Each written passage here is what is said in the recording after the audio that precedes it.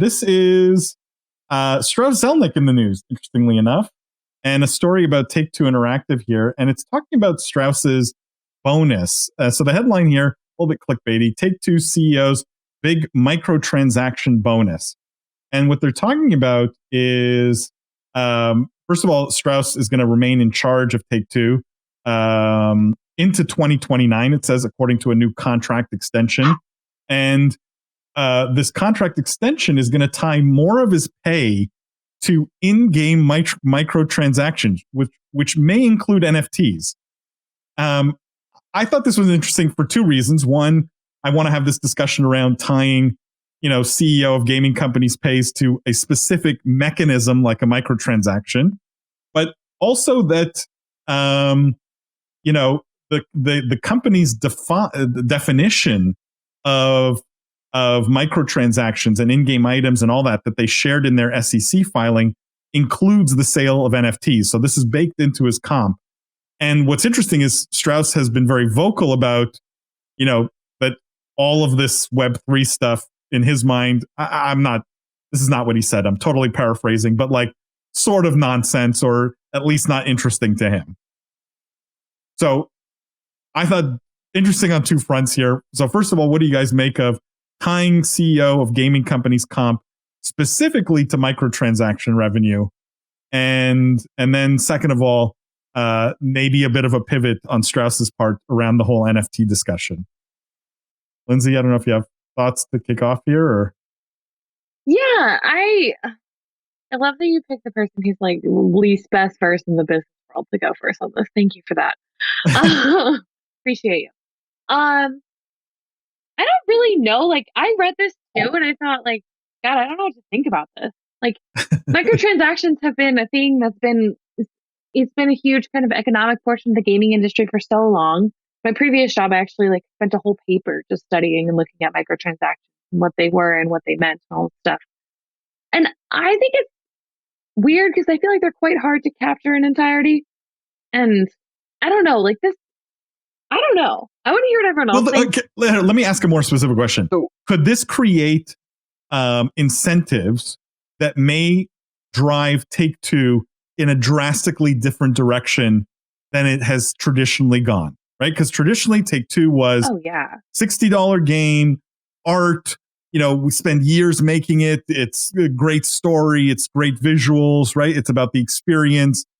If his comp is now tied to microtransactions in a major way, does some of the DNA of the company, some of the thinking change? Oh, it screams, we believe in mobile gaming, for sure. That was my first thought. Definitely. Like, we are so glad we bought Zynga, and now we are betting on mobile gaming big. But yeah, Jeff, you were going to say something, and I want to hear you. No, I think that's a great point, actually, to bring up mobile gaming, especially because obviously they just spent $10 billion on Zynga, so they definitely do believe in mobile gaming, and microtransactions go with it. The interesting thing for me is, it's a weird, from the board's perspective, I'm a big believer, when you create incentives, people will always find a way, your behavior, incentive shape behavior. That's just tried and true kind of truism. And usually boards want to structure CEO comp around stock performance, right? The best plans for shareholder value is usually total stock return. So normally you'll see a CEO's pay very pegged to how the stock does, either an absolute basis or how it does relative to some sort of benchmark. So it's odd to tie it to something that you could argue yes, all else equal, having more microtransactions will be more profitable. You're getting more revenue, so that should be good for the stock. But having said that, now he might be pushing a ton of microtransactions that players might not actually want. So you could see overall sales go down, but microtransactions go up, and he gets paid. And maybe it's not the best thing for shareholders or for players for that matter. So it's just a bit of a weird incentive to put in there. But we see stuff like this a lot in CEO pay. I remember Bobby Kotick famously for a long time had this massive incentive where if he did a deal of a certain size, he would get $300 million. And so for the longest time, investors were always well, Bobby's going to buy something because literally there was like a date in the contract. It was like if he didn't make certain size acquisition by like some point in 2024, like he would lose $300 million, or, you know, if he did, he would make $300 million. So you can bet that it was pretty likely that he would try to do that. So I don't know, boards put things in there for reasons. Obviously they're trying to impact behavior. Maybe, and as I'm just thinking this, maybe Strauss for the longest time has been against microtransactions a little bit, and he's been the one holding them back a bit. And the board's like, we want the stock to go up, so we're going to push you in that direction and give you even more incentive. I don't know. That would be a little surprising, but it's possible. Jimmy, any thoughts on this? You know, when Satya Nadella's contract came out with the Game Pass miss, right, and we saw how closely that contract was tied to Game Pass, we jumped on, wow, that must be Microsoft Gaming's focus is really getting users to adopt this, right? It was directly correlated with how many users they got to sign up for that.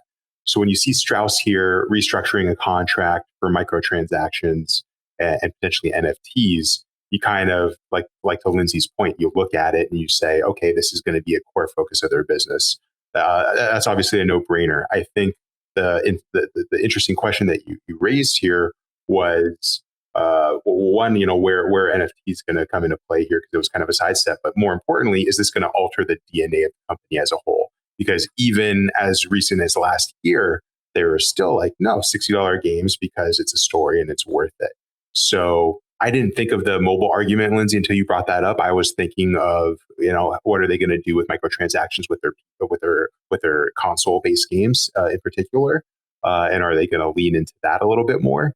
And if so, how great is that? Because that's where the gaming industry needs to be, right? You need to eliminate these paywalls. You need to give access to the kids all across the world and throughout Middle America, you know, that can't afford the $60, but that can afford $2 here, $3 there, which, as we've seen, adds up to way more than $60 over time. Either way, it's kind of cool to see a CEO banking on, I think, a new way of things, a way of things that was defined and first started by gaming, right, with microtransactions and getting behind it. I think it's probably not going to be the last story of its kind where executives are going to tie, I think, their compensation to those types of objectives.